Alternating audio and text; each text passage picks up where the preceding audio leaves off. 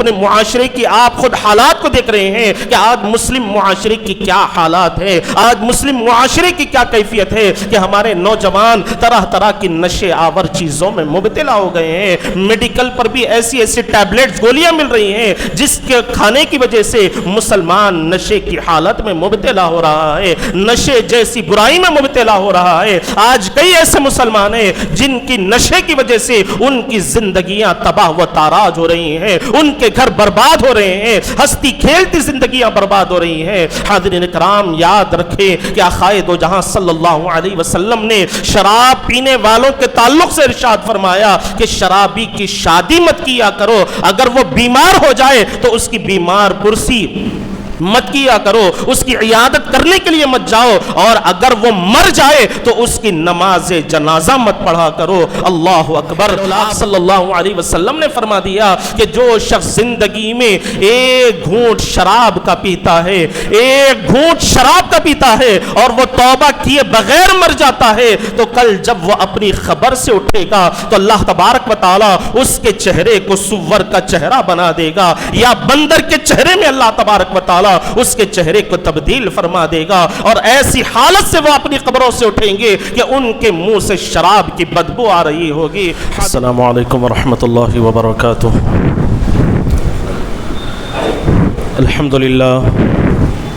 الحمدللہ رب العالمین والعاقبۃ للمتقین والصلاة والسلام علی سید الاشرف الانبیاء والمرسلین وعلى آلہ الطیبین الطاہرین واصحابہ اکرمین الاکرمین اجمعین، اما بعد فقد قال اللہ تبارک وتعالی فی القرآن المجید والفرقان الحمید، فاعوذ باللہ من الشیطان الرجیم، بسم اللہ الرحمن الرحیم، يا أيها الذين آمنوا إنما الخمر والميسر والأنصاب والأزلام رجس من عمل الشيطان فاجتنبوه لعلكم تفلحون۔ صدق الله العظيم۔ قال الله تبارك وتعالى في شأن حبيبه تعظيما وتكريما، ان اللہ وملائکتہ یصلون علی النبی یا ایہا الذین آمنوا صلوا علیہ وسلموا تسلیما، اللہم صل علی سیدنا محمد وعلی آلہ واصحابہ افضل صلواتک وعدد معلوماتک وبارک وسلم۔ تمام حمد و تعریف اللہ رب العالمین کے لیے ہے جو ساری کائنات کا خالق و رازق ہے، اور لاکھوں کروڑوں درود و سلام آقائے دو جہاں تاجدار مدینہ احمد مجتبی محمد مصطفیٰ صلی اللہ علیہ وسلم پر، جن کو اللہ رب العزت نے دونوں جہانوں کے لیے رحمت بنا کر بھیجا۔ حاضرین کرام، ابھی میں نے خطبے کے دوران قرآن مجید کی جس آیات مبینہ کی تلاوت کرنے کا شرف حاصل کیا، اس میں اللہ تبارک و تعالی ارشاد فرما رہے ہیں کہ اے ایمان والو، بلا شبہ شراب نوشی سے، جوے بازی سے، بت پرستی سے اور جوے کے تیر، یہ سب کے سب نجس کام ہیں، ناپاک کام ہیں، اور یہ تمام کے تمام شیطان کے عمل ہے۔ اور ارشاد ربانی ہے کہ اللہ تبارک و تعالیٰ فرما رہے ہیں کہ فَاجْتَنِبُوهُ، تو تم ان تمام کاموں سے اپنے آپ کو بچاتے رہو، ان تمام چیزوں سے تم اجتناب کرتے رہو۔ کیوں؟ لعلکم تفلحون، تاکہ تم کامیاب ہو جاؤ، تاکہ کامیابی کی سربلندی پر تم پہنچ جاؤ، کامیابی کی رفعتوں پر تم پہنچ جاؤ۔ حاضرین کرام، آج کل ہم یہ چیزوں کو ملاحظہ کر رہے ہیں، مشاہدہ کر رہے ہیں کہ آج اکثریت ہمارے نوجوانوں کی شراب نوشی میں مبتلا ہے اور طرح طرح کی نشے آور چیزوں میں مبتلا ہے، اور یقیناً نشہ ایک ایسی برائی ہے کہ جس کو آقائے دو جہاں صلی اللہ علیہ وسلم نے ام الخبائث قرار دیا ہے۔ تمام برائیوں کی ماں نشے کو آقائے دو جہاں صلی اللہ علیہ وسلم نے قرار دیا ہے۔ اب چاہے وہ کسی بھی طریقے کا نشہ ہو، اور یہاں تک حضور پاک صلی اللہ علیہ وسلم نے بتلا دیا کہ ہر وہ چیز جس سے نشہ انسان کو چڑھتا ہے وہ چیز حرام ہے، اس چیز کو آقائے دو جہاں صلی اللہ علیہ وسلم نے حرام قرار دیا ہے۔ الغرض حاضرین کرام، آج کی اس مبارک مجلس میں اسی کے متعلق چند باتیں آپ حضرات کے گوشے گزار کرنے کی کوشش کروں گا۔ چنانچہ بعد حضرات کا یہ خیال ہے کہ اسلام کسب مال سے، کسب دولت سے منع کرتا ہے، اور ان کا یہ خیال بالکل غلط ہے، بلکہ اس کے برخلاف اسلام کسب دولت کی پوری اجازت دیتا ہے۔ مال کمانے کی پوری اسلام اجازت دیتا ہے، مگر شرط یہ ہے کہ وہ مال جائز طریقوں سے کمایا جائے، طیب اور طاہر طریقوں سے کمایا جائے، حلال ذرائع سے اس مال کو حاصل کیا جائے۔ ایسا نہ ہو کہ مال کے کمانے میں کسی کو تکلیف میں مبتلا کر دیا جائے، یا کسی کی حق تلفی کر دی جائے، کسی کے مال پر قبضہ کر لیا جائے، یا اس مال کو حاصل کرنے کے لیے کسی کے لیے تکلیفوں کا سامان فراہم کیا جائے، بلکہ اسلام تو کسب مال کی پوری اجازت دیتے ہوئے اسے پاک طریقوں سے، حلال ذرائع سے مال کو کمانے کی اجازت دیتا ہے۔ اور جب انسان کے پاس مال آ جاتا ہے، دولت آ جاتی ہے، تو پھر اسلام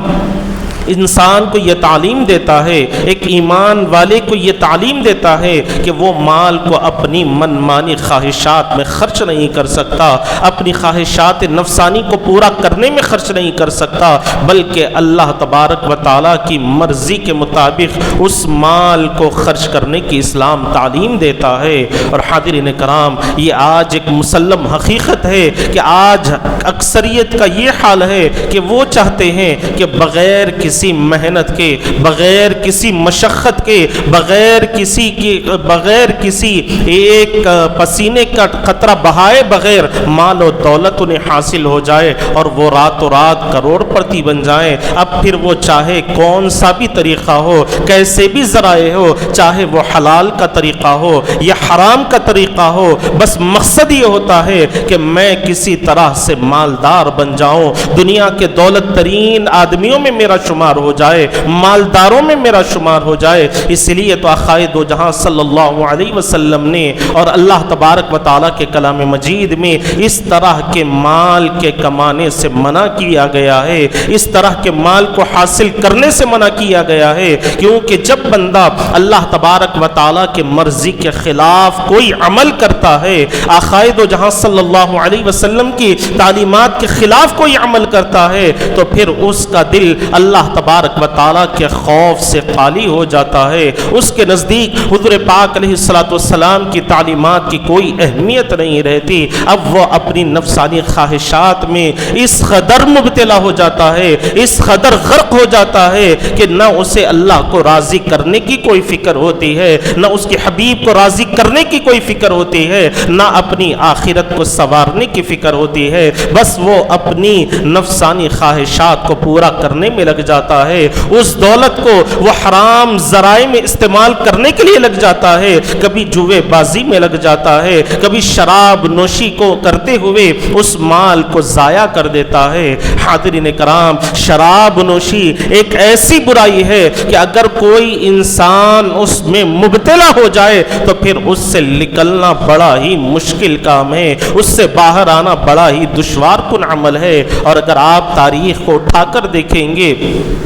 تو آقائے دو جہاں صلی اللہ علیہ وسلم کے جان نثاروں میں ایسے بھی تھے کہ جنہوں نے اس وقت جب کہ شراب حلال تھی، شراب کا پینا جائز تھا، لیکن ان صحابہ کرام نے اس وقت میں بھی، اسلام لانے سے پہلے بھی، انہوں نے کبھی زندگی میں شراب کو ہاتھ نہیں لگایا۔ ان میں قابل ذکر یار غار صدیق باوقار حضرت ابوبکر صدیق رضی اللہ عنہ کی ذات گرامی ہے، حضرت سیدنا عثمان غنی رضی اللہ عنہ کی ذات گرامی ہے، حضرت عبید اللہ ابن الجراح کی ذات گرامی ہے۔ اس طرح کے بے شمار صحابہ کرام ہیں کہ جنہوں نے اسلام لانے سے پہلے بھی شراب کو ہاتھ نہیں لگایا اور اپنی ساری زندگی پاک و صاف ہوتے ہوئے، برائیوں سے بچاتے ہوئے انہوں نے اپنی زندگی کو گزارا۔ اور یہ بھی ایک حقیقت مسلم ہے کہ جب حضور پاک علیہ السلام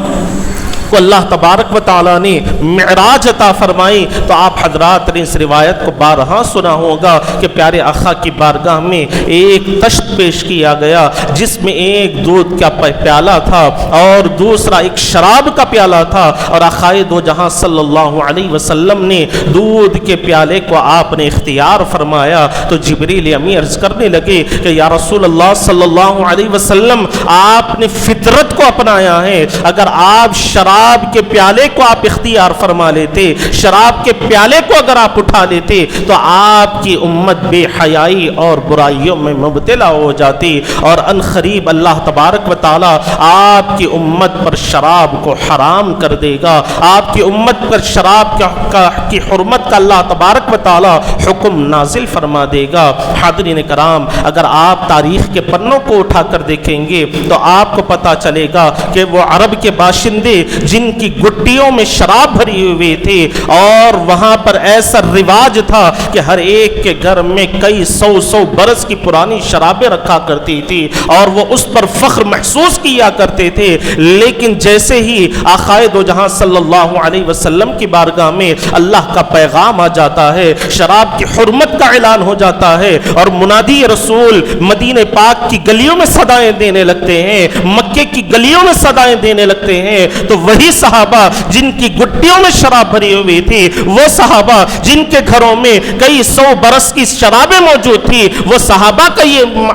عمل مبارک رہا کہ جیسے ہی حضور کا اعلان ہو جاتا ہے، شراب کی حرمت کا اعلان ہو جاتا ہے، تو وہاں پر مدینہ پاک کی گلیوں میں شراب کی ندیاں بہہ گئی، شراب کی ندیوں کو صحابہ اکرام نے بہا دیا، اور حاضرین اکرام اس سے یہ پیغام دیا کہ اللہ اور اس کے حبیب کے حکم کے آگے ایک مسلمان کو چاہیے، ایک ایمان والے کو چاہیے کہ وہ اپنا سر تسلیم خم کر دے، اپنی نفسانی خواہشات پر کنٹرول کرنے والا ہو جائے، اپنی نفسانی خواہشات کو اپنے قدموں تلے روننے والا ہو جائے۔ اور وہی صحابہ تھے جنہوں نے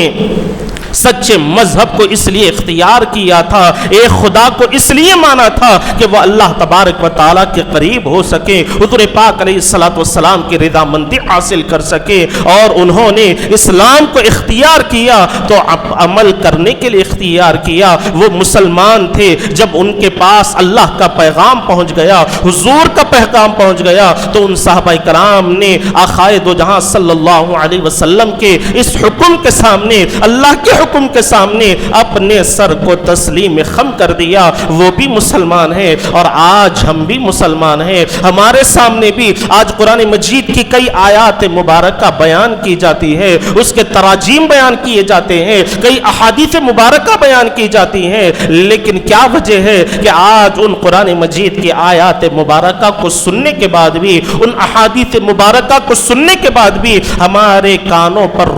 جو تک نہیں رینگتی، ہمارے دل اس کی طرف مائل ہی نہیں ہوتے، عمل کرنے کے لیے ہمارے دل تیار ہی نہیں ہوتے۔ حاضرین کرام، کیا وجہ ہے کہ آج قرآن مجید کی ان آیات بینات میں سے تاثیر ختم ہو گئی؟ کیا حضور پاک علیہ السلام کے احادیث مبارکہ سے تاثیر ختم ہو گئی؟ نہیں، بلکہ آج ہمارے ایمانوں میں کمزوری پیدا ہو گئی، ہماری قبولیت میں کمزوری پیدا ہو گئی، ہمارے دل بڑے سخت ہو گئے ہیں۔ اسی لیے قرآن مجید کی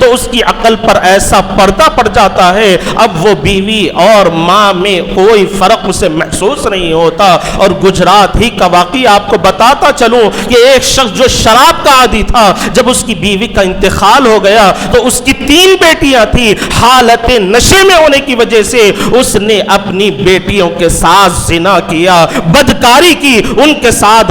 غلط حرکات میں مبتلا ہوا۔ تو حاضرین کرام، اسی لیے آقائے دو جہاں صلی اللہ علیہ وسلم نے شراب کو تمام برائیوں کی ماں آقائے دو جہاں صلی اللہ علیہ وسلم نے اسے قرار دیا ہے۔ اور اگر کوئی بندہ اس جیسی برائی سے اپنے آپ کو بچانے کی کوشش کرتا ہے، اپنے آپ کو اس سے محفوظ رکھنے کی کوشش کرتا ہے، تو یقیناً اللہ تبارک و تعالیٰ کی مدد اس کے شامل حال ہوتی ہے۔ اللہ تبارک و تعالیٰ غیب سے اس کی ضرور مدد فرماتے ہیں۔ ذرا دنیا ولایت کے شہ سوار حضرت بشر حافی رحمت اللہ علیہ کی اگر آپ سیرت مبارکہ کو اٹھا کر دیکھیں گے تو آپ کو پتا چلے گا کہ حضرت بشر حافی رحمت اللہ علیہ کو جب اللہ تبارک و تعالیٰ نے ولایت عطا فرمائی ہے، اس سے پہلے آپ کی حالت یہ تھی کہ 1 نمبر کے شرابی تھے۔ ہر حالت میں آپ شراب ہی کی کیفیت میں مبتلا رہتے، ہر حالت میں آپ شراب نوشی کیا کرتے۔ چنانچہ روزانہ معمول کے مطابق اپنے والدہ کے پاس سے پیسے لے کر آپ شراب کے اڈے پر جاتے ہیں اور شراب نوشی کر کر جب رات کو واپس آنے لگتے ہیں تو بغداد میں ہر طرف اس وقت سناٹا ہی سناٹا تھا، ہر طرف اندھیرا ہی اندھیرا تھا۔ حضرت بشر حافی رحمت اللہ علیہ کی نگاہ ایک کاغذ پر پڑتی ہے، آپ اسے دیکھتے ہوئے کھڑے ہو جاتے ہیں، کچھ دیر تک غور کرنے لگتے ہیں، اور جب آپ کا نشہ اترنے لگتا ہے، عقل سے جب پردے اٹھنے لگتے ہیں، تو آپ نے دیکھا کہ اس کاغذ پر لکھا ہوا تھا بسم اللہ الرحمن الرحیم۔ تو حضرت بشر حافی رحمت اللہ علیہ اس کاغذ کو اٹھا لیتے ہیں اور کہتے ہیں کہ لوگ اللہ کے نام کو بھی زمین پر ڈال دیتے ہیں، اللہ کے نام کی بھی لوگوں کے پاس کوئی ادب و احترام اس کا نہیں ہے، اس کی کوئی تعظیم و توقیر نہیں ہے۔ یہ کہتے ہوئے حضرت بشر حافی رحمت اللہ علیہ اس کاغذ کو اٹھا کر ایک بلند مقام پر رکھ دیتے ہیں، ایک اونچی جگہ پر اسے رکھ دیتے ہیں، اور پھر واپس اپنے گھر کو تشریف لے جاتے ہیں، اور پھر ماں سے پیسے لے کر واپس پھر شراب کے اڈے پر آتے ہیں اور شراب نوشی میں مبتلا ہوتے ہیں۔ اور ادھر بغداد کے ایک مقام پر ایک اللہ والے اللہ کی عبادت میں مصروف ہے، اللہ کی تسبیح و تحلیل کرنے میں مصروف ہے، اللہ کی حمد و ثنا بیان کرنے میں مصروف ہے۔ اسی اسنا میں ان پر نیند کا غلبہ آتا ہے تو غیب سے آواز آتی ہے کہ جاؤ بشر حافی کو میرا پیغام پہنچا دو کہ میں نے اسے اپنا محبوب بنا لیا ہے، اپنی غربت میں نے اسے عطا فرما دی ہے۔ جب اس اللہ والے نے اپنی آنکھیں کھولی تو سوچنے لگے کہ بشر حافی تو بڑے ہی گنہگار انسان ہیں، گناہوں میں مبتلا رہتے ہیں، اور ان کی حالت یہ ہے کہ وہ نشے آور چیزیں استعمال کیا کرتے ہیں، ہمیشہ شراب ہی کے اڈے پر موجود رہتے ہیں، یہ کوئی میں نے غلط بات سن لی ہے۔ یہ کہتے ہوئے وہ فوراً وضو کرتے ہیں، اس کے بعد آ کر 2 رکعت نماز ادا کرتے ہیں۔ نماز ادا کرنے کے بعد پھر جب اللہ کی تسبیح بیان کرنے لگتے ہیں، کرتے کرتے پھر انہیں نیند آ جاتی ہے، اونگ آنے لگتی ہے، تو پھر غیب سے آواز آتی ہے جاؤ میں نے تم سے کہا ہے کہ بشر حافی کو میرا پیغام پہنچا دو اور اس سے کہنا کہ تم نے میرے نام کا ادب کیا ہے، میں نے تجھے ولایت عطا فرما دی ہے، اپنا محبوب بنا لیا ہے۔ چنانچہ وہ فوراً چونک کر نیند سے بیدار ہوتے ہیں اور شراب کے اڈے پر جاتے ہیں، اور جانے کے بعد وہاں کے مینیجر سے کہتے ہیں کہ بشر حافی کو بلا کر لاؤ،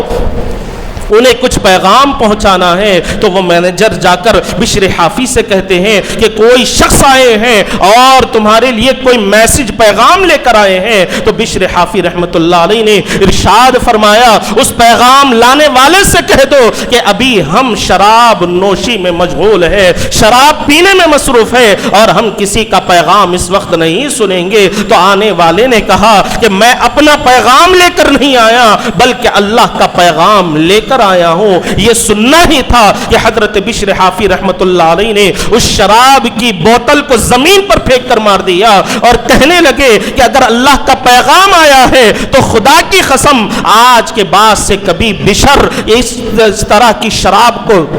ہاتھ نہیں لگائے گا، کبھی شراب نوشی نہیں کرے گا، وہ اپنی اس حرکت سے باز آ جائے گا۔ یہ کہتے ہوئے حضرت بشر حافی رحمت اللہ علیہ باہر آتے ہیں اور پھر بغداد کو چھوڑ کر آپ مکہ مکرمہ کو چلے جاتے ہیں اور وہاں پر کعبۃ اللہ کی خدمت میں مصروف ہو جاتے ہیں۔ کئی 2 سال وہاں پر آپ کے گزرتے ہیں، کئی علماء کی صحبت کو آپ نے وہاں پر اختیار فرمایا، اللہ والوں کی صحبت میں رہے، اور اس 2 سال کے عرصے میں حضرت بشر حافی رحمت اللہ علیہ نے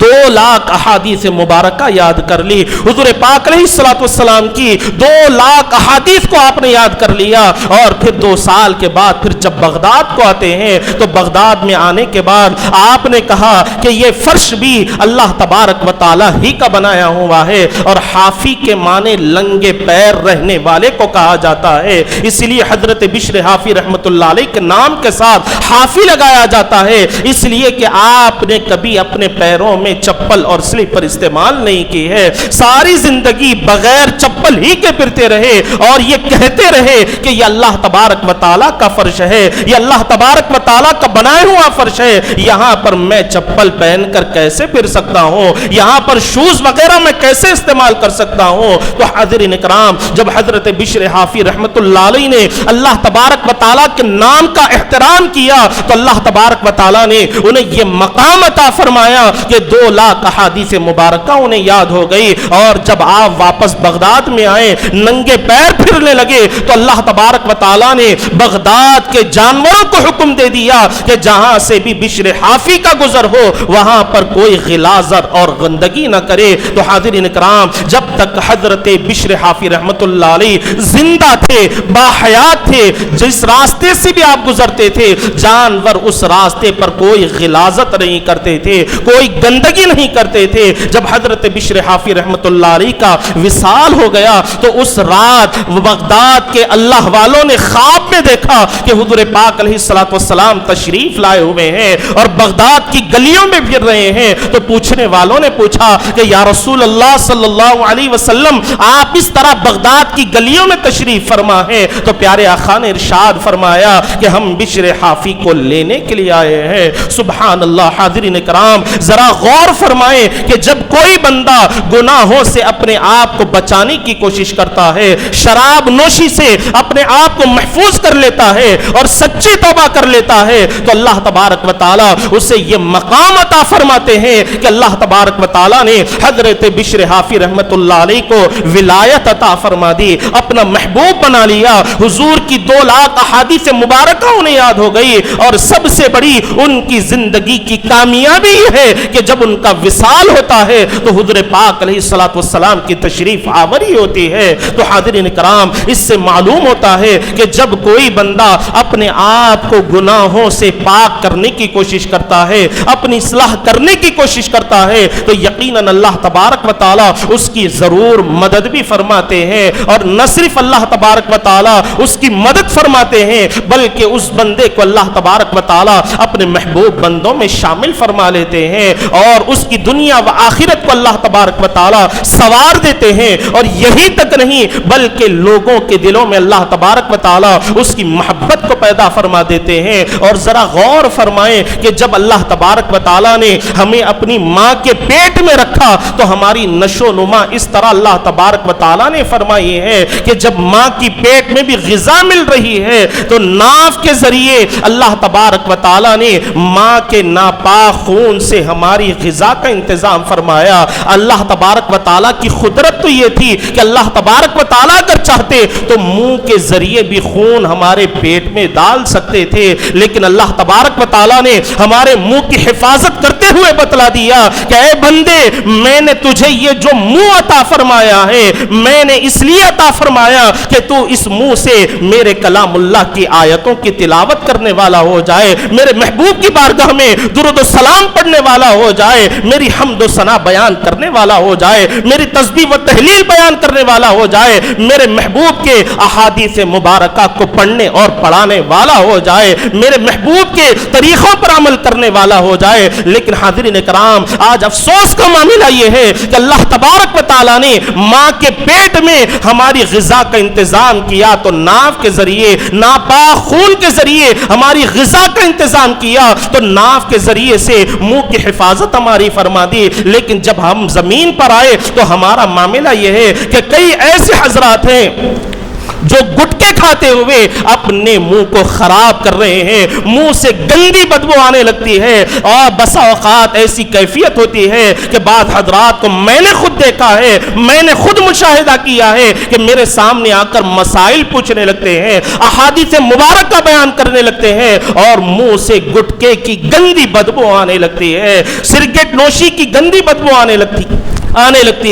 حاضرین کرام, جس منہ کو اللہ تبارک و تعالیٰ نے ماں کے پیٹ میں پاک و صاف رکھا ہے, جس منہ کی اللہ تبارک و تعالیٰ نے ماں کے پیٹ میں حفاظت فرمائی ہے, تو ہمیں چاہیے کہ جب زمین پر اللہ تبارک و تعالیٰ نے ہمیں صحت والی زندگی کے ساتھ بھیجا ہے, اچھا جسم اللہ تبارک و تعالیٰ نے ہمیں عطا فرمایا ہے, اچھی صحت اللہ تبارک و تعالیٰ نے ہمیں عطا فرمائی ہے, تو ہمیں بھی چاہیے کہ جو منہ اللہ تبارک و تعالیٰ نے جس کی حفاظت کی ہے, اس منہ سے ہم اللہ کے کلام کی تلاوت کرنے والے بن جائیں, اس زبان سے حضور کی بارگاہ میں درود و سلام کے نذرانے پڑھنے والے ہو جائیں. لیکن افسوس کا معاملہ یہ ہے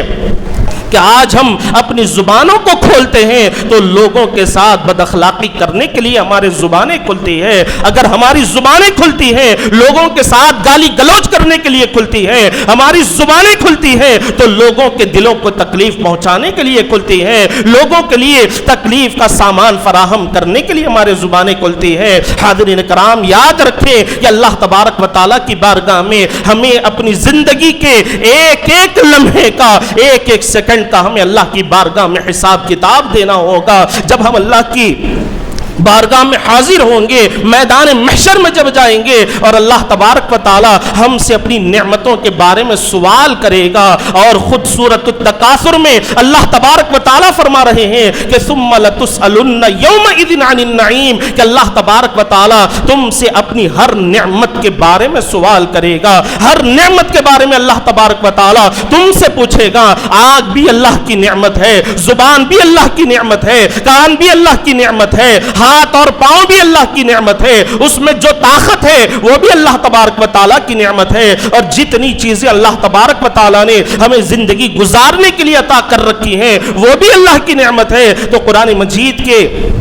اس آیت مبارکہ کی روشنی میں اللہ تبارک و تعالی ہر بندے سے سوال کرے گا, اپنی ہر نعمت کے بارے میں پوچھے گا. کل جب میدان محشر میں اللہ تبارک و تعالی سوال کرے گا کہ بندے میں نے تجھے یہ زبان اپنے کلام کی تلاوت کرنے کے لیے عطا کی تھی, اپنے محبوب کی بارگاہ میں درود و سلام پڑھنے کے لیے عطا کی تھی, بندے میں نے تجھے یہ منہ میری تسبیح و تحلیل بیان کرنے کے لیے عطا کی تھی, میری حمد و ثنا کرنے کے لیے دی تھی, اے بندے تو نے گٹکا کھاتے ہوئے, سگریٹ نوشی کرتے ہوئے, شراب نوشی کرتے ہوئے اس منہ کو گندا کر دیا. تو حاضرین کرام غور کریں کہ اس وقت ہم اللہ کی بارگاہ میں کیا جواب دیں گے, اللہ کے حضور میں کیسے کھڑے ہوں گے, اللہ کے پاس جا کر کیا منہ دکھائیں گے. اب بھی اللہ تبارک و تعالی ہمیں توبہ کا موقع عطا فرما رہے ہیں, اب بھی توبہ کا دروازہ کھلا ہے. ہمیں چاہیے کہ ہمیں اپنے گناہوں سے باز آ جانا چاہیے, اپنی خامیوں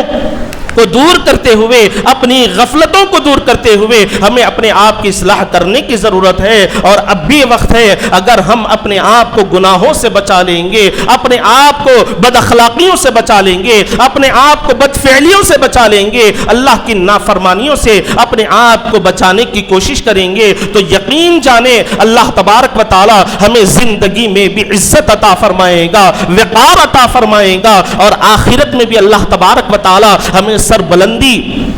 اور اللہ تبارک و تعالی رفعت عطا فرمائیں گا۔ اور خطبے کے آغاز میں نے جو آیت کریمہ کی تلاوت کی اس میں اللہ تبارک و تعالی یہی فرما رہے ہیں کہ فَاجْتَنِبُوهُ لَعَلَّكُمْ تُفْلِحُونَ، کہ تم ان سب برائیوں سے اپنے آپ کو بچاتے رہو، اس سے اجتناب کرتے رہو۔ کیوں؟ لَعَلَّكُمْ تُفْلِحُونَ، تاکہ تم کامیاب ہو جاؤ، تاکہ تمہاری زندگی کامیاب ہو جائے، تمہاری آخرت کامیاب ہو جائے اور تمہارے حشر کو اللہ تبارک و تعالی کامیاب بنا دے۔ تو حاضرین کرام، اس کے لیے ضرورت اس بات کی ہے کہ ہم اپنے آپ کو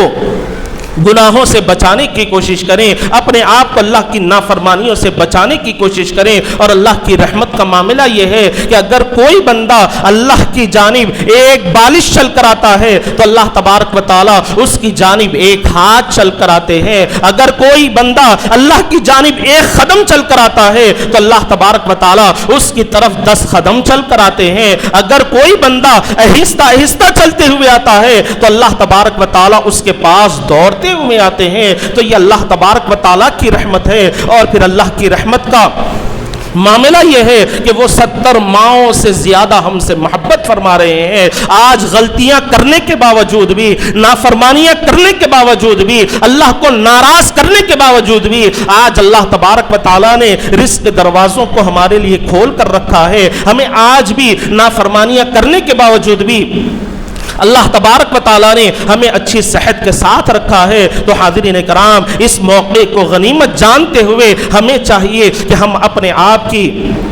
اصلاح کرنے کی کوشش کریں اور گناہوں سے اپنے آپ کو بچانے کی کوشش کریں۔ اور یاد رکھیں کہ جب بندہ اپنے آپ کو گناہوں سے محفوظ رکھنے کی کوشش کرتا ہے تو پھر اللہ تبارک و تعالی اس کے پائے استقامت میں مضبوطی عطا فرماتے ہیں، اس کے اس ارادے کو اللہ تبارک و تعالی مکمل فرماتے ہیں۔ اور جس طرح حدیث پاک میں آقائے دو جہاں صلی اللہ علیہ وسلم نے ارشاد فرمایا کہ بندہ اللہ تبارک و تعالی کے ساتھ جیسا گمان رکھتا ہے، ایسی سوچ رکھتا ہے، اللہ تبارک و تعالی اس کے ساتھ ویسے ہی معاملات فرماتے ہیں۔ اگر آپ یہ سوچ کر گناہوں سے اپنے آپ کو بچائیں گے کہ میرا رب یقیناً میری مدد فرمائے گا تو ضرور اللہ تبارک و تعالی ہماری مدد فرمائیں گے۔ نہ صرف مدد فرمائیں گے بلکہ اللہ تبارک و تعالی ہمیں اپنے محبوب بندوں میں شامل فرمائیں گے، اور اس کے ذریعے ہماری دنیاوی زندگی بھی کامیاب ہو سکتی ہے، ہماری آخرت بھی سنور سکتی ہے، اور حشر کے دن بھی اللہ تبارک و تعالی